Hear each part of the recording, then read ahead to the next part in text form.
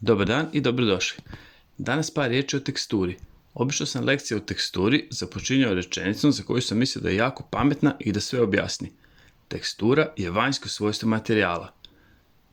I onda pogledam po razredu i vidim da mi svi gledaju onako, šta je on sad rekao, šta to znači? Idemo to malo objasniti. Sve što vidimo oko sebe ima svoju površinu i te površine mogu biti glatke, hrapave ili može biti neka od vjerovatno bezbroj kombinacija glatkog i hrapavog. Teksturu doživljavamo vidom i opipom, odnosno vizualno i taktilno. Gledamo fotografije različitih tekstura. Obično kad razgovaramo o teksturi, nekako krenemo razmišljati o čvrstim i hrapavim stvarima, kao na primjer kora drveta, panj, stijene, kamen. Sve ima svoju teksturu, na primjer lišće, trava, biljke i životinje. Teksturu imaju površine kao na primjer pijesak na plaži.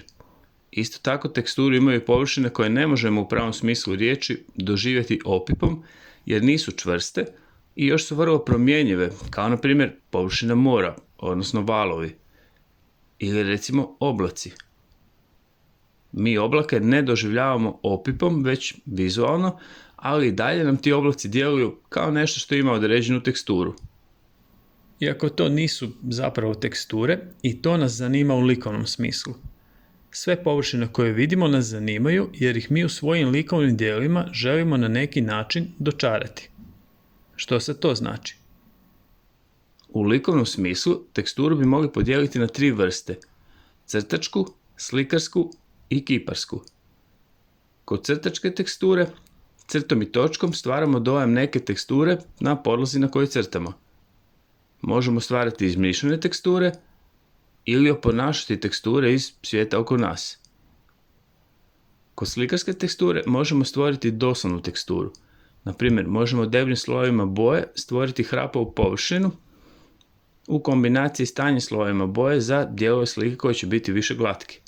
Možemo izmišljati teksture, stvarati nešto više apstraktno ili oponašati teksture koje se nalaze u prirodi.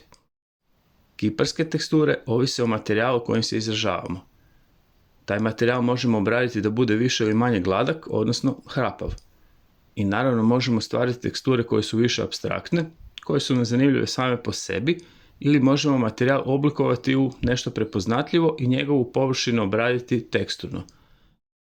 Brzo ponavljanje. Teksture mogu biti crtačke, slikarske i kiparske i sve one mogu biti apstraktne ili mogu u većoj ili manjoj mjeri oponašati svijet oko nas. Za vježbu pogledajte oko sebe i probajte izbrojati koliko različitih tekstura vidite. Dobro, budimo praktični, probajte naći barem 10 tekstura. Kao i uvijek, opustimo se, budimo kreativni, bit će sve ok. Sretno!